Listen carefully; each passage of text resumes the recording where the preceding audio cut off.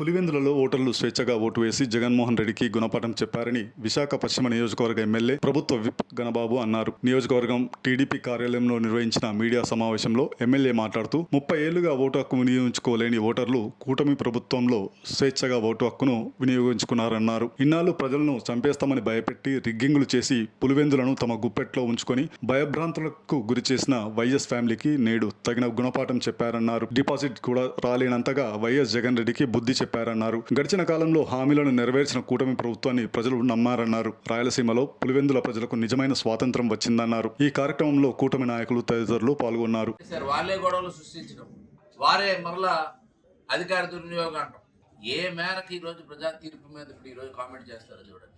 One sided తీర్పు. ఈ రోజు ప్రజలు బారులు తీరి క్యూ లైన్లో నిల్చొని ఓట్లేస్తే వాళ్ళకి కావాలని చెప్పినటువంటి ఆ 2 పోలింగ్ బూత్లో కూడా రీపోలింగ్ కూడా పెడితే ప్రజలు స్పష్టంగా తీర్పు ఇచ్చారు.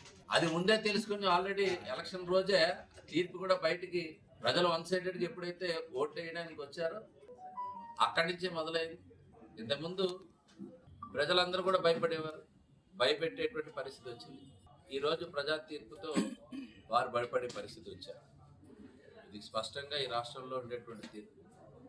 రాయలసీమలో పులివెందుల్లో ఇలాంటి ఫలితాలు అంటే మేమందరం అయితే ఇప్పుడు అనుకుని చెబుతున్నప్పటికీ కూడా అక్కడ స్వేచ్ఛాయుత వాతావరణం ఉండదు, పోటీ చేయనివ్వరు, లేకపోతే ఓటింగ్ కూడా రానివ్వరు, పూర్తిగా వన్ సైడెడ్ గ్రామాల్లో రాజకీయాలు చేస్తారనేటువంటి వింటూ ఉండేవాళ్ళం. కానీ ఒక స్వేచ్ఛాయుత వాతావరణాన్ని అక్కడ కలిగిస్తే ప్రజలు ప్రజాస్వామ్యంతంగా వారు ఓటింగ్ చేసుకుంటారు అనేటువంటి భావం మాకు కలిగింది. ఈరోజు వాళ్ళు తీర్పు చూస్తే నేరుగా వన్ సైడెడ్ తీర్పు ఇచ్చారు. ఇది డెఫినెట్గా మాకు ఇంకా మరింత బాధ్యత పెంచేటువంటి ఫలితాలు ఇవి.